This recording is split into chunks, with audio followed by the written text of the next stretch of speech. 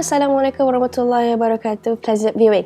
I am Fariza Isa from Politeknik METrO Kuala Lumpur, and thank you for watching.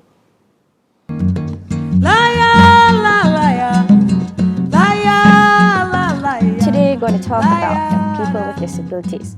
We've been seeing people all around the world facing inequalities in their daily life. This may include education, public utilities, and also in the working environment. So it's very hard to find an OKU, or in Bahasa we call it OKU, or people with special needs, are being able to have the equal what any other normal people will have. And all of this lacking may lead them to be not able to have the equality in life like any other people. Right? As an example, if there are blind people, they are not allowed to drive any cars, and of course for the safety reasons, and also it's not logical for a blind person to drive. But as an alternative to help them to move around, of course, blind people are also just the same as sighted people.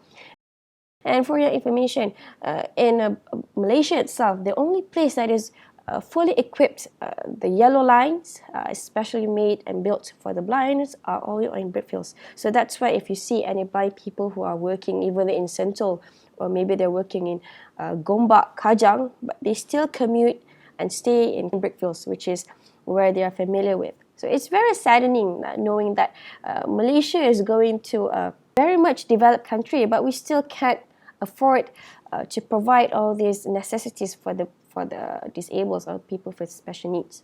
As an initiative of us, we are speaking in a smaller context where we are in an education institution.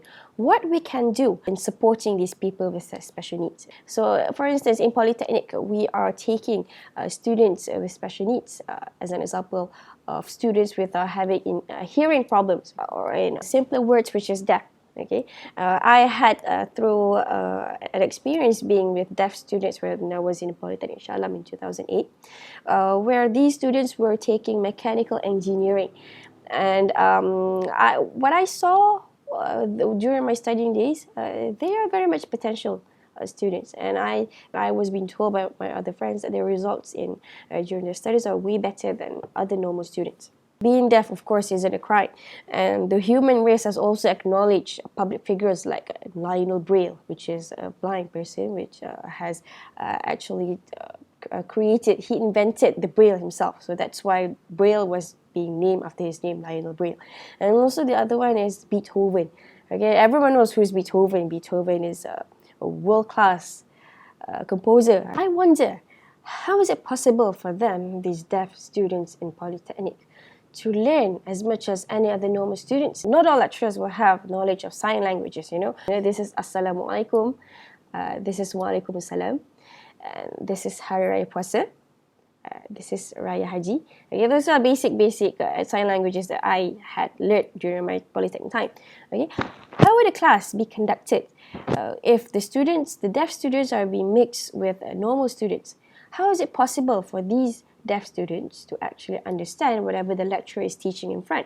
So that would be a big challenge, right? And during my time, the class was segregated. You know, the normal students in another class, and the deaf students will be in class where the lecturer will be teaching using sign languages. So these are the interviews that I have done with Polytechnic METrO Kuala Lumpur students. Check this out. Definitely I will help her to introduce to the lecturer, and then maybe I should be explaining it, because I've learned a little bit about the sign language. Maybe I could help like that. Okay, so do you think Polytechnic should have more and more of these kind of students? Yes, they should, because like the deaf people feel like, okay, people should have a fair education with normal students. So you believe that also? Yes. Okay. I think the deaf people, or deaf people, right? They can read something, so they understand. It's hard to lecturer or other student to communicate with them, but this special student will understand like our writing, so they know. So they can just read through. Yeah. Yeah, sure. By create classes which the lecturer can teach them, like teach the special student in new ways. So they should be separated from normal students. Is that what you're saying? Or you could just you can combine normal students and also deaf students? For my opinion, they can combine because this special student can understand how to communicate well, and this normal student can teach them. It will be awkward teaching in a class full of students that will not understand what you are saying. And I think in Polytechnic Kota Kinabalu, they are taking deaf students also, but not in mechanical engineering, but in hotel catering, where I had Encik Saiful, one of our lecturers here in Polytechnic METrO Kuala Lumpur. He told his experience in how he taught the deaf students.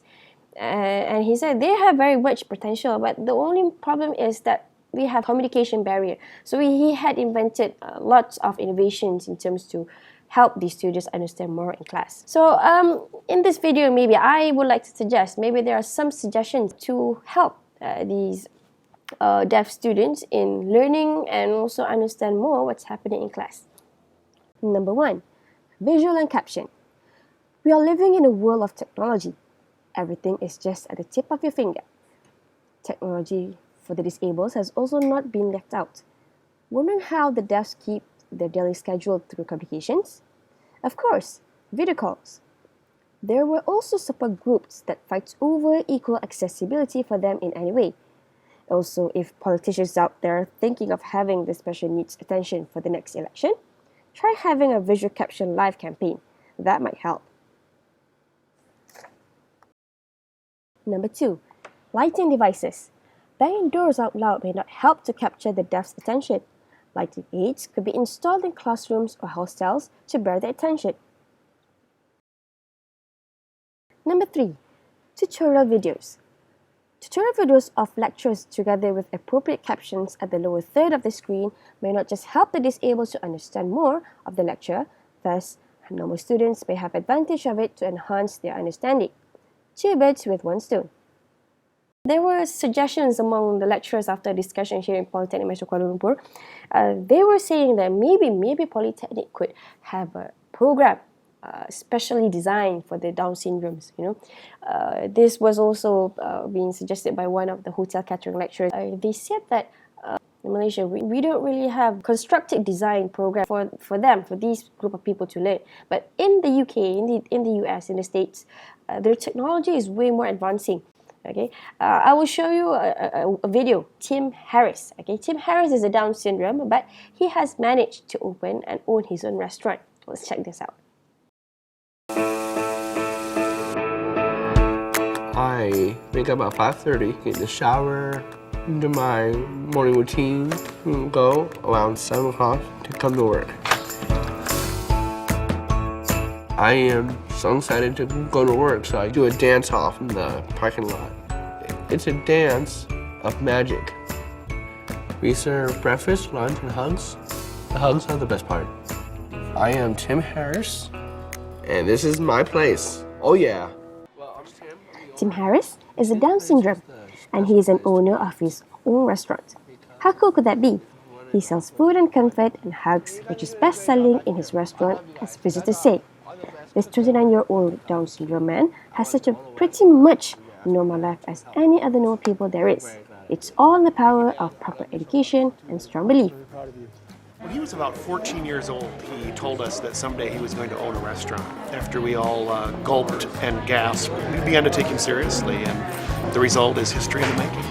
They support me so I can live up my dreams. I'm amazingly proud of my brother. Just what he's accomplished in his lifetime. I mean, people can only dream, you know? I love you, Mom. I love you too, honey. As far as we know, we have not yet found another person with Down syndrome in this country that owns their own restaurant. We hope that other people will, though. So looking at Tim Harris just now, so I think you guys are very much inspired by him. It won't be impossible if we Polytechnic could actually provide a program for this disabled to come and learn. I think it's about time maybe you're trying something new, because other institutions maybe may not accept students like this to learn. But since we're in a technical field, I think why not? Why not we cater these disabled students to be part of this? It's just so cool to know that teaching and learning has so many diversity ways to be done, even for the impaired. And the pedagogy of learning is so much to be explored. So I think that's just for today. And I hope some of my ideas can give a positive impact to the audience out there, that Polytechnic can actually do more in supporting the disabled and the special needs in the community for their education. So till then, I'll see you. Bye. Con los terroristas.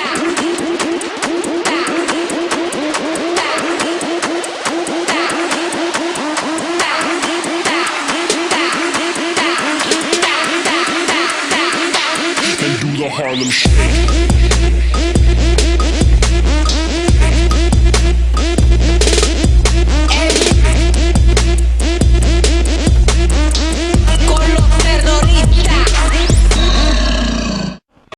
Eu quero tchu, eu quero tchá, eu quero tchu, tchá, tchá, tchá, tchá, tchá, tchu. Eu quero tchu, eu quero tchá, eu quero tchu, tchá, tchá, tchá, tchá, tchá, tchá. É isso aí, galera. Esse é o novo hit do João Lucas